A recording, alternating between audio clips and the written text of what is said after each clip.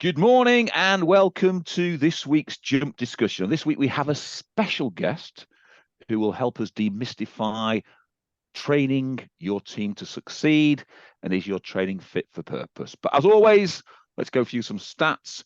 According to 94% of all employees, an essential policy would convince them to stay in a company is training and development. 76% of employees say they are more inclined to stay with a company if continuous learning and development is introduced. The most preferred way of learning is 70% of employees like online and self-paced courses, followed by online and instructor-led courses at 63%, and in-person training and instructor courses at same again at 63%, and hybrid learning at 62%. 88%, or nearly 9 out of 10 employees, want to be trained in hard skills. However, soft skills are also a priority with 84%. According to a survey by Forbes in April last year, 59% of employees have reported receiving no workplace training ever.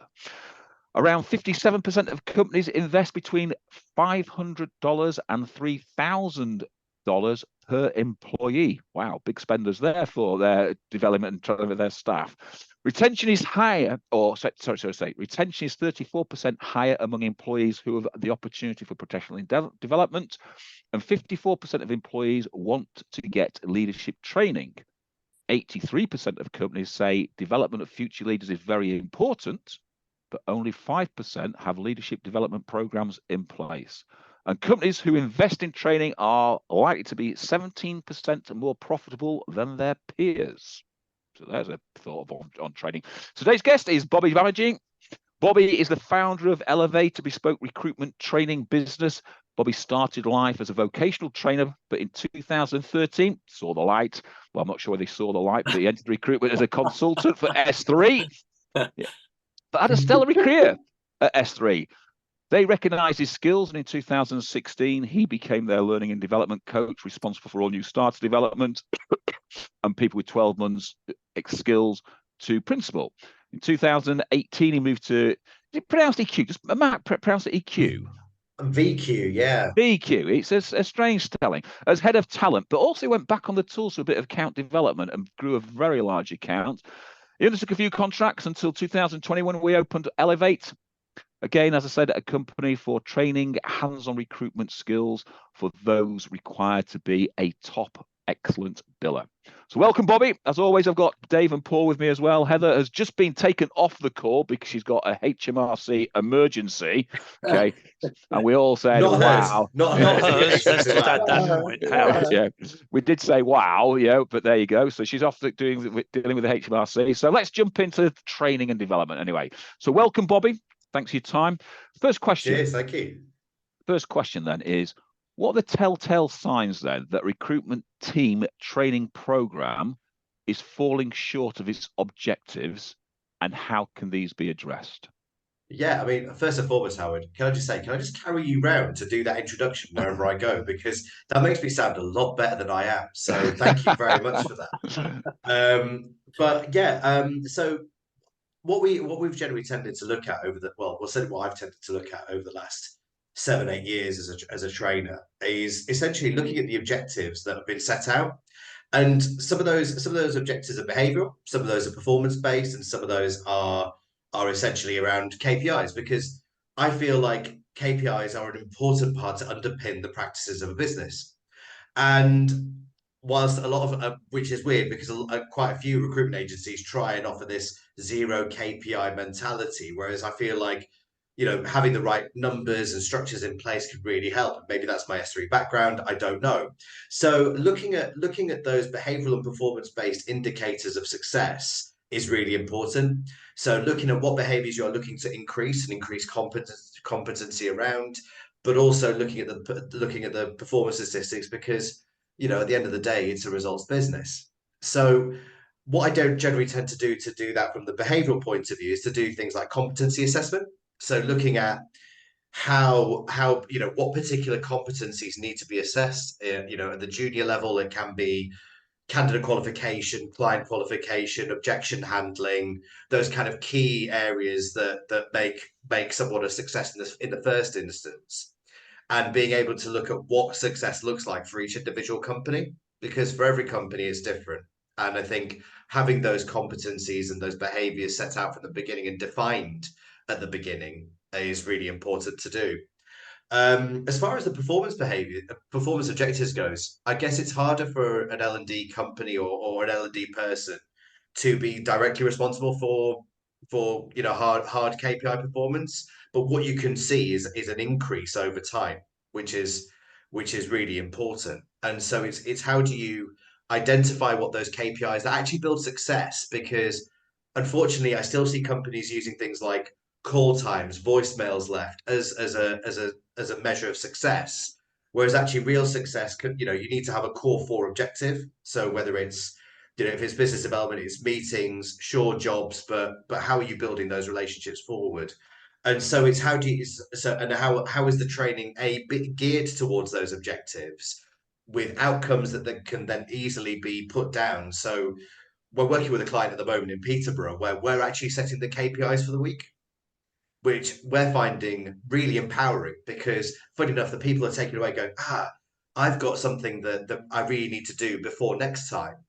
And then the managers are getting involved going, that's brilliant. That's taking the pressure off me because I've got other stuff to do. So now I know what their objectives are. I can just, my managerial stance can be, right, how are they getting on against those objectives? And then funny enough, the work rate has increased and in junior people, which has led to some really good results. Albeit it's been 3 weeks, which has been fantastic to see in just 3 weeks. But it's the way that I feel that that accountability should be done not just by an L&D company, but with it working with the business as well. Hopefully that answers some of the question, but I'm always keen to answer more. I mean, one of the things I would, thanks, Bobby. One of the things I would sort of say, as it were, as an answer to the question, and I think this comes down to leadership. I think, we work in this incredibly fast moving environment now. As everybody knows that's on this regularly, I've been in recruitment about 2,000 years. And for about, most of that time, recruitment has been recruitment. It's been the same. But I think we've seen enormous changes, particularly over the last 4 or 5 years. And those changes are accelerating. So for me, from a leadership perspective, when you're looking at what coaching and training your people really need and the signs that they need upgrading or changing, that comes down to understanding your market, understanding what your clients are seeking, being tight enough to your customer base and your candidate base to truly understand what these people now want and what they're going to be seeking from you over the next year, 2, 3 years. Because, the way we've operated for all these years has been consistent, and now everything is changing. So some things, and Bobby will back this up, the basics obviously always need to be taught. But when it comes to more sophisticated coaching and training, then clearly that's going to be driven by what the market is demanding from you. And how would you know what that is? Well, that's about being tight enough to your clients and to the sectors to understand what that is. So yeah. I think there's a question there to throw in, or sort of a part of a sort of a viewpoint to throw in, is that business owners are very quick to blame their people when they're failing and not hitting target. And so to me, if we're trying to understand, is your training program failing, its objectives, is first of all, look at the objectives that's been set, and then look at whether the training program is designed to actually hit those objectives, or is it just a generic training program that isn't designed to hit anything at all? And I think that's the big thing that most managers or most owners sort of miss the point, is that they do the basic training and then are expecting people to sell all sorts of different product solutions, etc., to their clients, but never actually train them on those. They just think they should fall into place because they've got the skills. And so I think if your objectives, it's the business objectives that are falling short, therefore, what are your training objectives? So look at your business objectives first, then look at your training objectives. Do they match your business objectives? And that goes back to that comment about, you're talking about there, Paul, 80% of businesses think they should be training their management line, but only 5% have a management training program.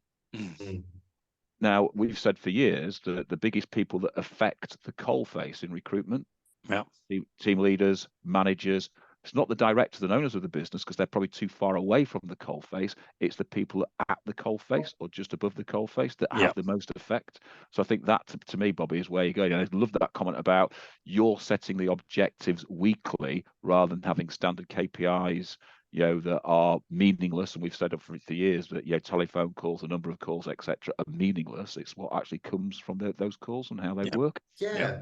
And I think one of the key things is playing to your team's strengths and understanding what the strengths of the new people that are coming into your business are. Because what we generally tend to, or certainly what I see certain businesses do, and this isn't necessarily all of them, but it's certainly a theme that gets in. It's, why aren't they doing recruitment the way we did it back in our day? And actually, you're talking about a generation whose relationship with the phone, and I'm not saying that, Gen Z are scared to get on the phone. It's more a case that if you look at how things like mobile contracts are done nowadays, they're not based, but back about 10, 15 years ago, they were based on cross network minutes and texts. Now it's all about data. So if mobile phone companies have negated their need to think about calls as a measure of success, we've got to think differently as well. That doesn't necessarily negate the use of the phone as a calling tool, but even, I'm what they class as a geriatric millennial, because I'm just in I was born in the early 80s. Even if you look at Gen X and those particular generations, our relationship with the phone has changed over time, because would you have ever thought that a lot of your communication is now done over essentially WhatsApp or text message? And yet we're still asking people to hammer the phones, but only hammer the phones, because that's the only way of doing it. I think what we should be looking at is how do we empower the people in a way that works to their strengths, as well as the strength, and align their strengths to the needs of the business. I'm going to come back to that point, Bobby, because I'm going to move on, but I'm going to come back to that because there's a point to be made on that. So can you share then examples of specific training areas that have consistently proven to drive significant improvement in recruitment performance? Yeah, one of the things we've done a lot of recently, and I don't know whether Shane's listening. I guess he's bored of my voice, so he probably doesn't want to listen to me anymore. We've been creating business development sales engines for a couple of customers, and one of the key things we've noticed is essentially the kind of, I call it the business development neuralizer, because I've been watching a little bit of Men in Black recently, where we seem to have now forgotten what business development was and what it really should be. And so what we've had to do is almost kind of look at specific training to get people's mindset right, let alone how to get on the phone or be able to sell. It's actually understanding what sales is, and how them selling aligns to their longer term goals, and looking at all the barriers to business development. So a lot of it is, I'm worried that people will say no, or I just can't get through. And essentially looking at those causal factors to then essentially be able to have a prescriptive training structure that allows them, with also us getting on the phone as well, because I'm a big advocate of a trainer who, if I'm gonna tell you to do something, I damn better be able to do it myself, or at least demonstrate that I'm willing to do the same thing, because I feel like that is a common misconception of trainers, is that, oh, they just tell people what to do, and that's really frustrating. So with a program that allows you to lead by example, you can then show them how it's done as well. And the best part is they can see when calls go badly, and it's not just them that it happens to. There could be someone with 10 years recruitment experience as well. And funny enough, they get that excitement of going, okay, Bobby's done it, so I'll do it. And so it's actually trying to get people to lead by example, which has then led to a kind of coaching culture within a business, which has then led to greater success. So within one particular client, we saw a 77% increase in business development activity within month one, just because someone else was willing to do it with them. That wasn't just sitting on a desk or the problem. And they were, and even having things like, I know the old school power hour, but I think that communal drive, if you're in an office together, if you're all doing the same thing, that camaraderie kind of seeps in. And so Go on, Howard. It's interesting you mentioned that, because we've been talking that again about creating training platforms, and a lot of recruitment agencies love the mirror and match. Sit next to a professional, a really good, successful recruiter, and you'll learn by osmosis. But you're asking that new person to say, find candidates or call clients, and you're expecting them to mirror the person that's sat opposite you, that is calling clients, arranging interviews, dealing with an issue, finding a candidate, interviewing a candidate, doing anything but what that person is doing. So I've said, bring back that power hour where you're both doing that for an hour, so they can see you make mistakes, they can see you learn, they can hear your word tracks, they can see you doing the right things, rather than I'm sat there looking at this person going, I can't do that because I haven't been trained to do that. That's not what I'm trying to do. Exactly. And I think that's a very sort of thing that a lot of recruitment agencies have got to change, because they like that, let's just throw them straight in the deep end on the phone, sit next to this person, they're a superstar biller, learn what they do. Yeah, but the thing is, it's almost like, but the thing is, we've seen this not work in so many ways. Thierry Henry as a football coach really struggled because no one could do what he could do, even though he was coaching Belgium, and Belgium have people like Kevin De Bruyne, and even they were in awe of how he approached his football. Diego Maradona really suffered as a football coach because I couldn't sit next to Diego Maradona, see him kick the ball 50 30 meters in the air, and be able to do that 6 or 7 times, and I'd be like, I could never do that. So you're already disincentivized as a brand new person because you're going, I could never do that. And you're then trying to join the dots as a person brand new to the business. And you can't see where that dot leads to that one, which is where a coach or a coaching culture can really help someone kind of join the dots between you and competency, because it's really difficult. That's the mindset. That's why people get disincentivized. Sorry, go for that, Dave. That's the mindset thing, isn't it? Totally. And I think it's getting the mindset right to allow people to fail. For some reason, failure doesn't seem to fall part of the learning process, which is weird, because in our lives, a lot of it is around failure. Yeah.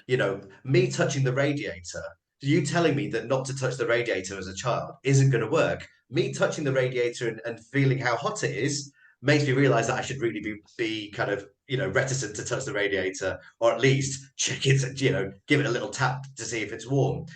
But we don't seem to allow ourselves to do that in the world of kind of work. We say success has to happen straight away. And a lot of those businesses that do will see retention well above the 50%, which is what we generally tend to see in certain companies. And that's why I get a bit annoyed, because in all honesty, I'm having to do the same thing over and over again, when really small things could have changed whether that person's competent or not. I think it's also about making, your point about making mistakes, being prepared to sort of lead by example. It's a lot to do with the leaders or the managers themselves. They've got Absolutely. to be prepared to make mistakes, to get things wrong, to fail, if that's the word, in front of other people. And that is a challenge, because they don't, in many instances, feel comfortable in exposing themselves in this way. None of us do things perfectly, and you are going to make mistakes. We all make mistakes. To your point, you learn through mistakes. You learn and through life by getting things not quite right or wrong, and you learn from that and you improve and you improve. I think a lot of people that hold responsibility at senior level are very nervous and anxious to expose themselves to their colleagues, to their staff, and demonstrate that they too make mistakes. They feel vulnerable when they do it. So I think it starts with getting the managers, the leaders, to recognize the leading by example, as you rightly say, Bobby, is the right way forward.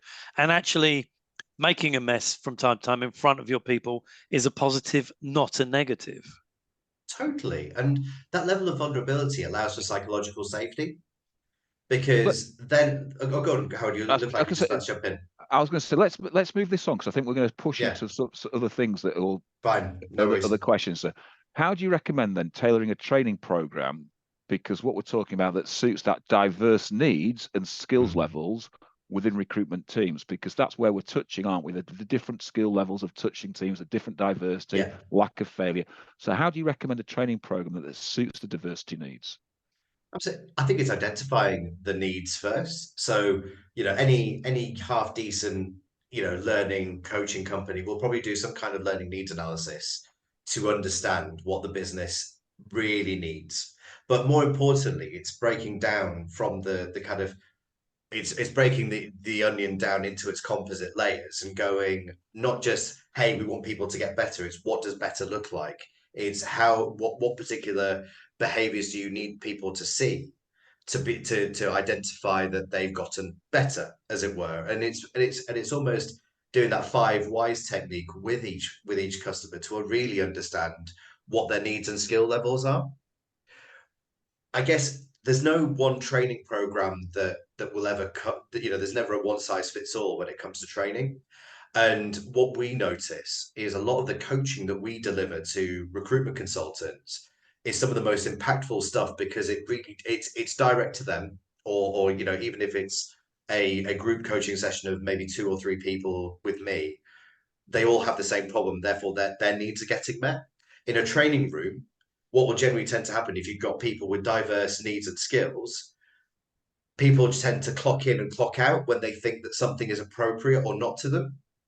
And so, unfortunately, what then tends to happen, because people don't actually really know what is appropriate to them or not, will clock out of the wrong things. And so, there'll have been these all-encompassing academy training programs, all these things. But what will they have actually learned? They'll have glossed over the things that actually could have been really useful to them because they thought they've learned it before. Whereas actually it's that's the stuff that they should have refreshed on to then build on. But it's really difficult to get those things right. So coaching has really helped plug some of that gap, as the kind of skills gap, the needs gap of being able to make it as bespoke. But the problem you get with coaching is it's time intensive. And you've got to, you're not going to get quick results straight away. It's not you have a coaching session, instantly impact. Essentially, it's an iterative process that has, those kind of David Brailsford style 1%ers and those marginal gains each and every time. And I guess the problem within our industry is identifying all those needs, but allowing there to be time and there to be failure. Because unfortunately, when we're talking about monthly targets and quarterly targets, we can get quite myopic as recruitment businesses. And I understand why, because cash flow is important and all those kind of things. But if you're looking to grow a really sustainable business, giving people that time, but making sure they're incrementally better at each stage of what they do is really important, and understanding what those areas are. And therefore it can be a mix of training and coaching. I feel that really helps kind of make that tailoring service work out. So, in your experience, then, what does the role of ongoing reinforcement and follow-up play into ensuring that training translates into real-world results? Because what you're talking about there is the different levels. So, talk to me about that. I mean, again, one of the challenges has always been with training that I've received, not necessarily in our industry, is someone will come in, do an amazing training session, then there's no follow-up. And what we have seen over the last few years, and what we've really kind of hung our hat on, is even doing things like Friday catch-ups to see how they've gotten on against their objectives, what has worked well, what has not worked well, and using that time to share best practice, but also be able to share war stories and challenges, and for everyone to feel like they've had challenges. So the ongoing reinforcement is actually the really important part, because you can set any kind of behavioral training program, but it's just like any coaching or any training. You don't expect a top scorer. So I guess I'm not a Man City fan, but I guess Erling Haaland has to get a shout out somewhere. They're not with someone like Erling Haaland, Pep and his coaching team aren't just going, you know what, Erling, you've done really well last year. You were top scorer. You've broken the Premier League record. You just do whatever you want, mate. Which is what we do with our top billers.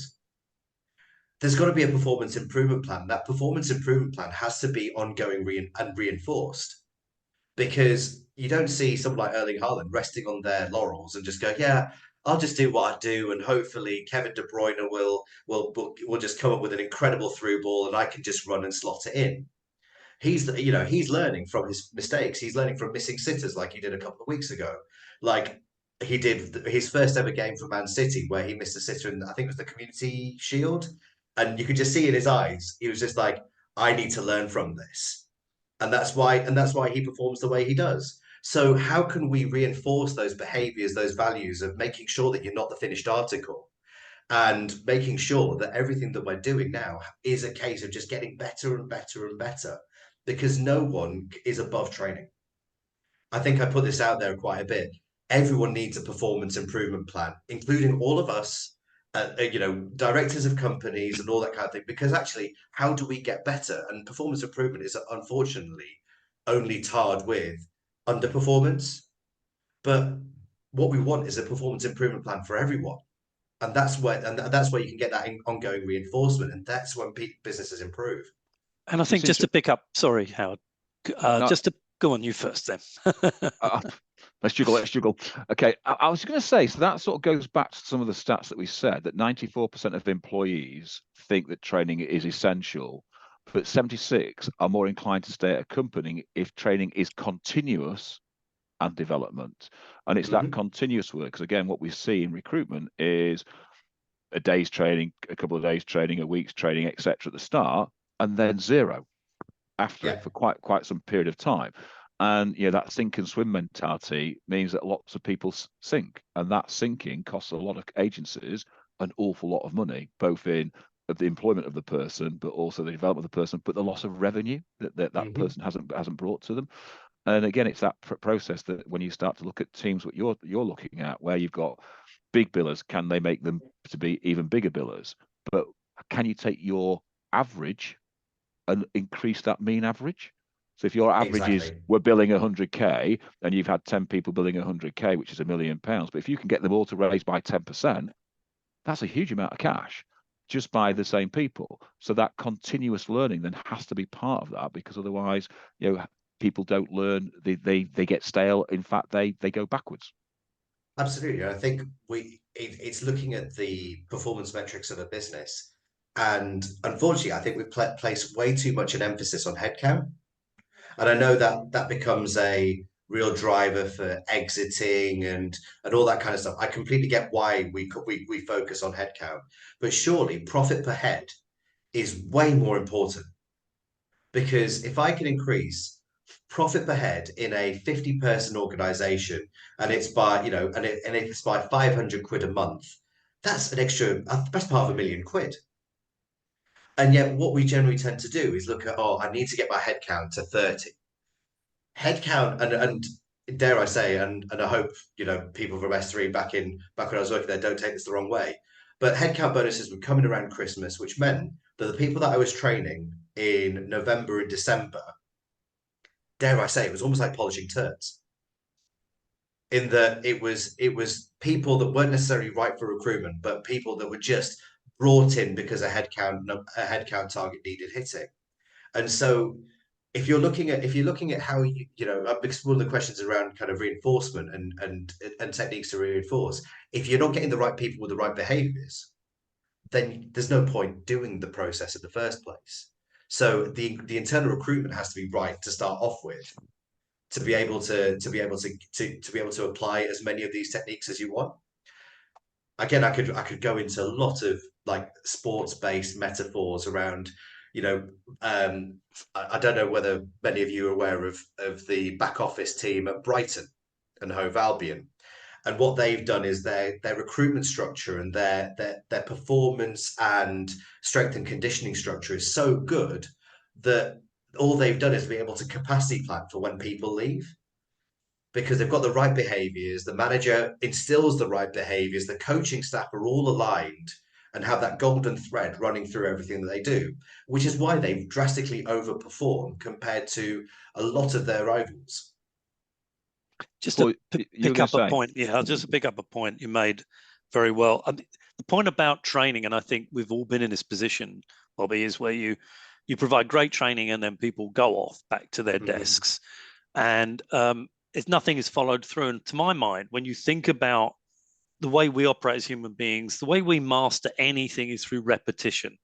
It's doing it. And you just think about that in just about any walk of life. So learning to drive a car, learning to play a musical instrument, or you name it, we perform it through repetition and thousands, even hundreds of thousands of times until it becomes muscle memory. And the problem with you make the great point, you can provide outstanding training, but once they've left your office space, once they've left your space where you've trained them, the ability of that training, as it were, to have an impact on performance is going to be in the hands of the people that manage those individuals. Then they've got to be some discipline in the business so that things you've taught, the great lessons you've passed over, are then followed through, not once, not twice, but constantly, daily, until it becomes muscle memory for the individuals that have been given those skill sets.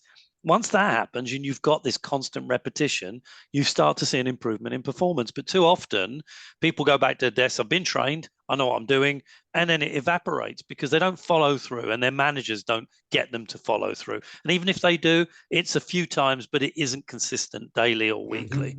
And that is where a lot of great coaching and training falls down. You've got to be prepared to put the hard yards in. As the pupil, you've got to be prepared to go back and practice. And we go back to the first point. That means making mistakes and getting things wrong, because that's part of the learning process. Absolutely. So, and go on, Howard. There are stats on that, Paul, that says a day's training, if not followed up, I think it's 3 weeks later, they've implemented 20% of it, and something like 6 weeks later, there's less than 5% of that training course has been retained because people don't follow it up. So let's look at that then. So what are some innovative approaches then, or techniques, that recruitment leaders can sort of integrate into their training programs to keep them engaging and effective over a period of time? So I was looking at that word innovative when you raised it, and some of them I feel like are almost so basic. I don't know whether they're innovative at all. So one particular set of things that I like to allow and empower managers, but also more importantly, senior members of teams that people can identify, because that's really important as well. Identifying who those future players are that can really make a really good impact on this. But I instilled an ability to, or a candidate pull apart session. So if you're going to qualify your candidates, brilliant.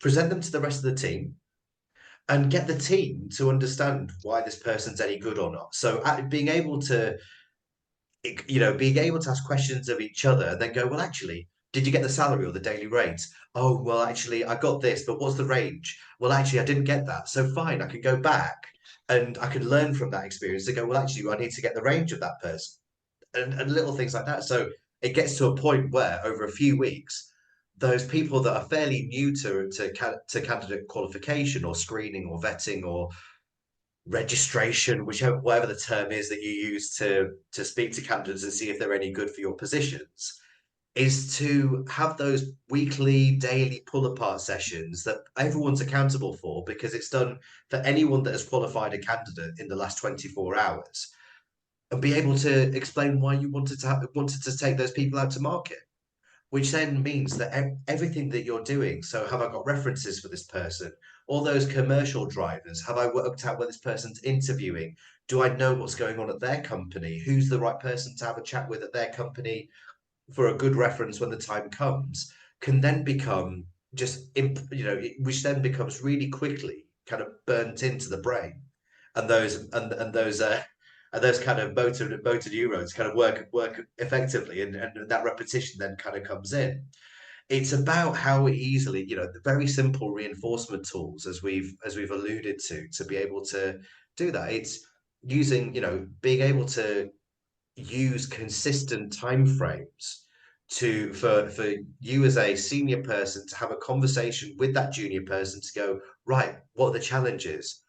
What's working well? What's not working well? What can I do to help you improve? And so when you were saying innovative, I was like, well, these are things that every recruitment business should be doing. And it's weird that people like us three charge money to be able to say these things, because this should be what every recruitment business should be doing right now. I know, right? to be able to positively impact their teams. But that's the question, isn't it, though? It's about that innovation. And you start to think about lots of people in recruitment. They may have been in one or two recruitment agencies, and therefore they only know what they know. So we think that that is standard. We think that is not an innovative, but they think that actually is. And you'll have the same experience as I'm sure Paul and I have, where you've gone in and you've delivered a training course to staff, or you've delivered something to their staff, and the manager's been sat there going, I've been saying that for weeks, years, etc. But because it's come from a different angle, it's come from a different way, it's come from a different place, people buy into it and suddenly get that. I was, as you know, yesterday I was in Birmingham doing some management training, and one of the managers, delegation is a real issue.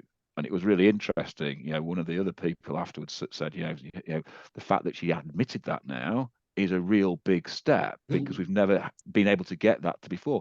But they've been asking, but just because someone else comes in and relays it in a different fashion, different way, different support to them, all of a sudden those things happen. And I think, again, when that innovative approach, it's not about innovation, it's about application of the approach. Yeah, absolutely. And I think you're absolutely right. There's been, I can certainly count at least 10 or 15 times where someone has just said, we've been saying these things, but we want it to be said in a way that really resonates with these people.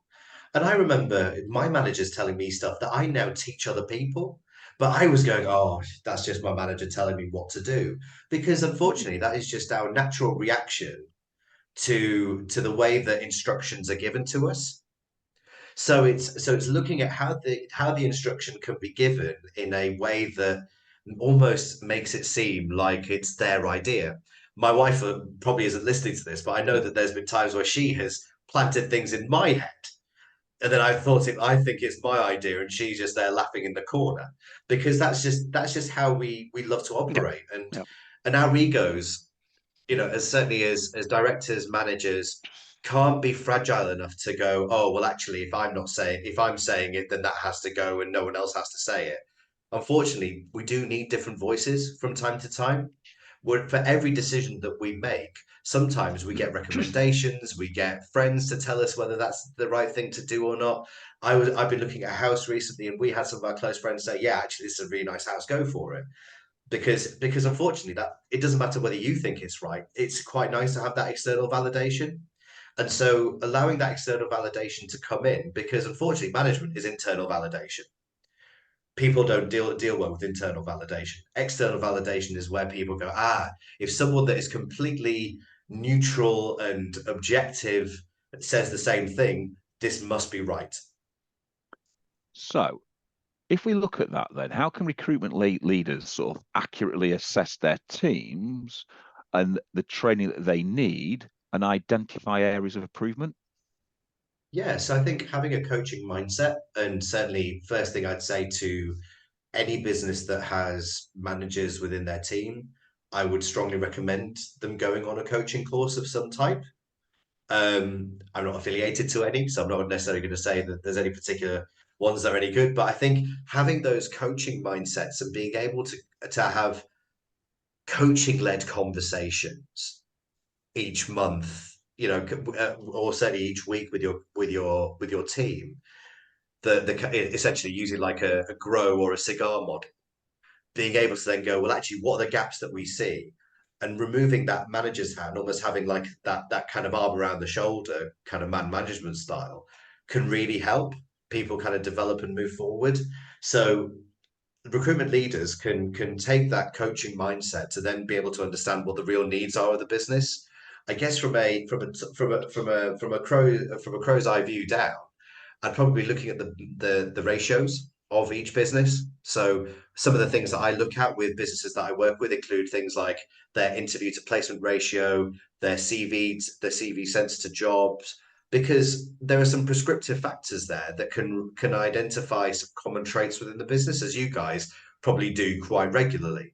So if I'm seeing that my CV to interview ratio is something like 12-1, there's something wrong with the CVs that I'm sending, because that's not necessarily within the realms of the company norms of 3.5-1. So what am I doing that means that eight and a half extra people have to go for every single job or for every extra interview that I get.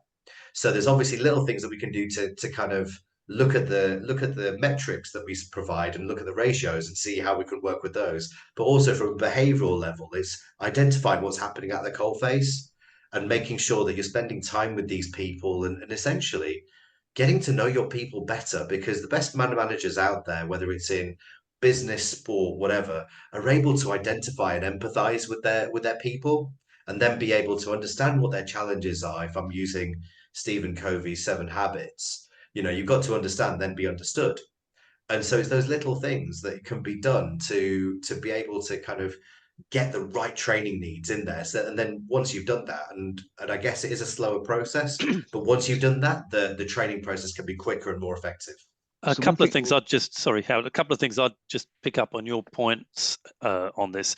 Firstly, you made the point of external trainers. Absolutely, there's, it's important, but, often businesses that I work in have absolutely outstanding behaviors from existing people. And sometimes those people can be not necessarily senior, they can be relatively new, junior people.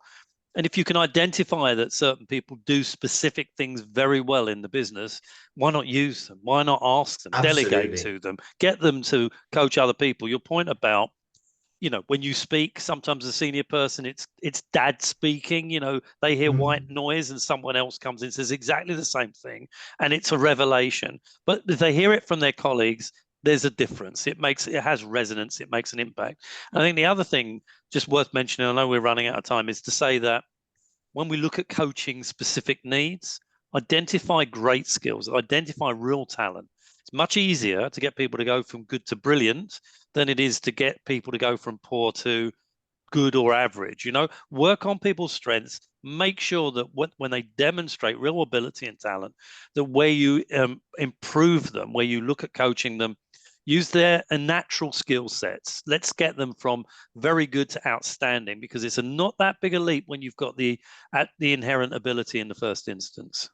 So the thing I was going to add, go on, I was going to add to your thing there, Bobby, is before people go away and start evaluating, some of their metrics, is I always think is once I find an issue, like if you're looking at our CV to interview ratio, okay, and all of a sudden we do a massive amount of training on our CV, okay, I start to think about, well, is it the CV the issue, or is it the job spec that's the issue, or is it how we spoke to the client? That's a good point. Yeah. So I always go further and further back to actually find the true cause and find the true issue, because it might be something further back. It might be taking the job spec. Might be the problem. Absolutely. It might be we're not asking enough questions at the job spec, and therefore when we get the candidate, and I use this conference all the time. You want to find a candidate by design or by look? Because you take a poor job spec, you're going to find the candidate by look, not by design. Yeah. So if your client gives you 10 things, why aren't you trying to get 20 things out of your client? Because then that means your design is so more specific than anything else. And I think that's the bit where you start to think about training needs analysis. You start to look assessing your training, is assess where the blockage is, but then go back, because it might be caused somewhere else. Yeah, exactly. The cause that we see isn't necessarily the cause that is really hitting the business hard. And you quite rightly pointed that out. It is, it invariably is how well the job has been qualified. And you look at the job qualification form, and then you realize when you see it that it's fairly sparse, if there is one, of course. And you've seen that actually they've just put a couple of skills down, and no wonder people aren't necessarily hitting the mark. It's a bit like business development. The business development is the problem. It's whether they've identified who the right clients are, and are they too afraid to say no, or are they too afraid of what the objection is likely to be? And so there's visualization points. I just wanted to jump back on Paul's point around identifying key players in your business. So what generally tends to happen in recruitment businesses is, go sit with these top billers. Now, these top billers are so far removed from where this person is. So if you can identify buddies and mentors who are maybe 6 to 12 months in the business, so they've been through something similar to that to your brand new person fairly recently, and they're people that you've identified as very good at that thing that they do, create those SMEs. Create those subject matter experts. If you, like you said, if you've identified there's someone who's unbelievably good at qualifying candidates or unbelievably good at BD, empower those people to run training sessions or to be able to run clinics or little Q&As that can really help That's, I don't know whether it's innovative or not, but those little things are really useful as far as creating that learning culture goes. So one last question then. Okay.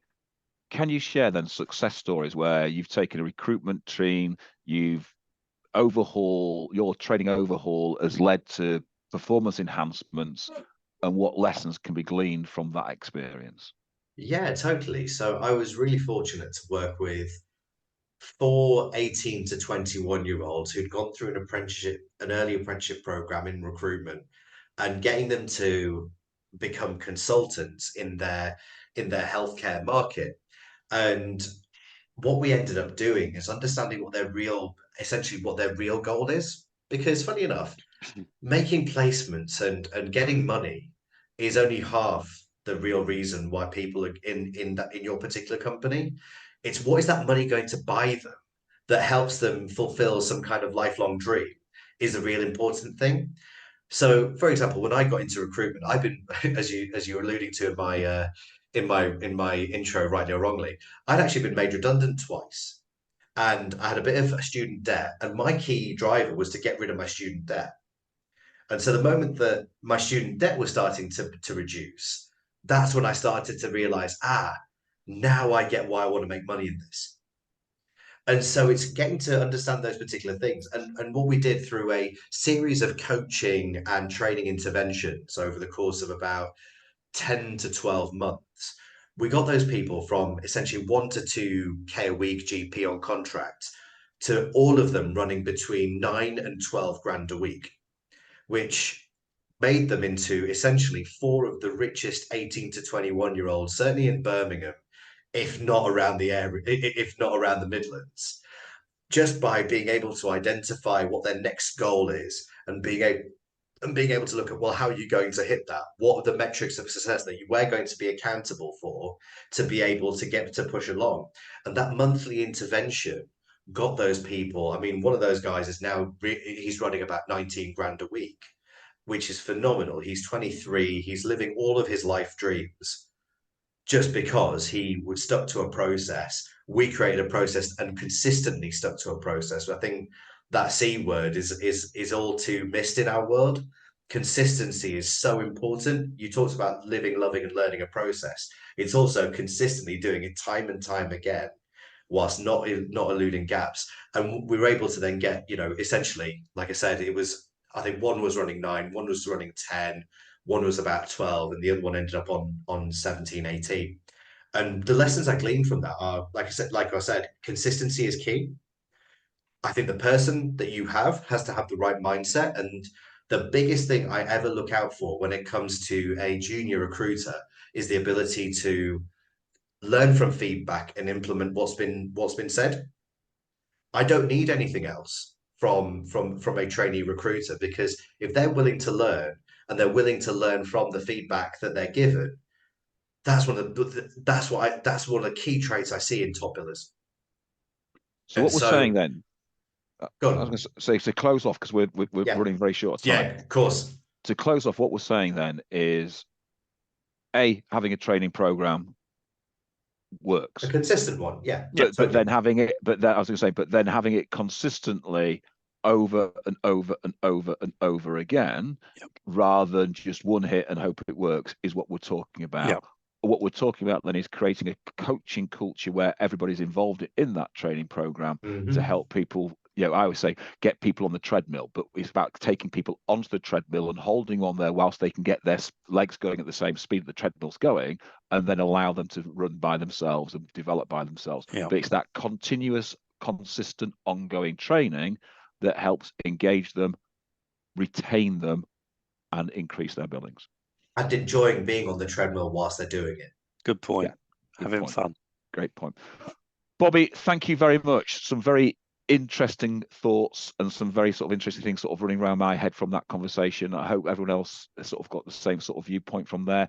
Next week, we're back with a new series of webinars, so that's my weekend sorted out. I'll be writing 4 new webinars and what we're doing from there. So, ladies and gentlemen, thanks for your time. Bobby, once again, thanks for your input. Thanks, Bobby. Always a pleasure. My pleasure. We look forward to seeing everybody again next week. Take care, everybody. Bye now.